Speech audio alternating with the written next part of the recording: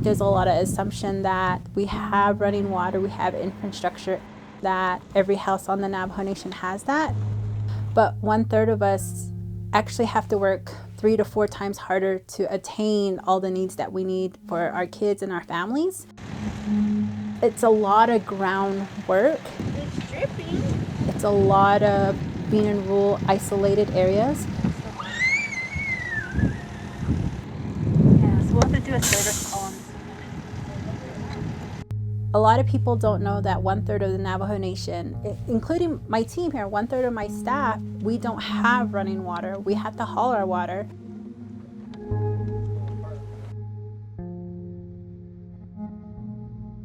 So on a bigger scale, Navajo Nation is one of the largest tribes. And if you take 1/3 of that, those are big numbers. And if you spread those numbers out, that's a lot of land that you have to cover to haul water as either yourself or for family members.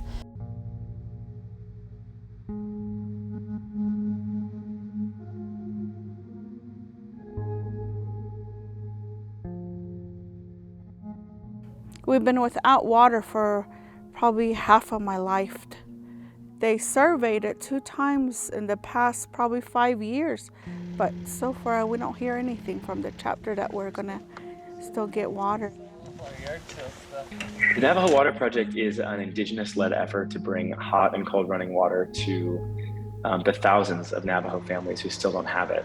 I started DigDeep to work on this issue in the US, where we have almost 2.2 million Americans without access to water. And I think most people would be surprised by that number, but they'd be especially surprised to hear that in 2021, the strongest predictor of whether you and your family will have access to running water at home is your rakes. Indigenous folks are 19 times more likely than white families not to have running water. The Navajo Water Project does a number of things, but the real core of that work is to bring hot and cold running water and solar power to homes by installing an off-grid home water system that accepts water from trucked deliveries, and these trucking cooperatives sort of run by local communities deliver clean drinking water to these systems, which is stored underground and then pumped into the house through filters and water heaters and sinks and soon showers and toilets. And those families get the same hot and cold running water that most Americans have and take for granted. We fill with the water truck 275 gallons is to the top of potable drinking water. An average family of 4, if they ration out their water throughout the month, this could last them a whole month.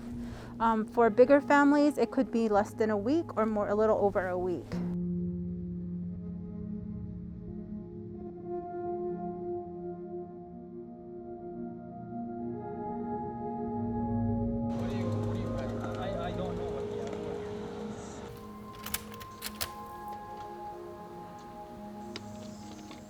This is the bottle that I created in collaboration with Technology.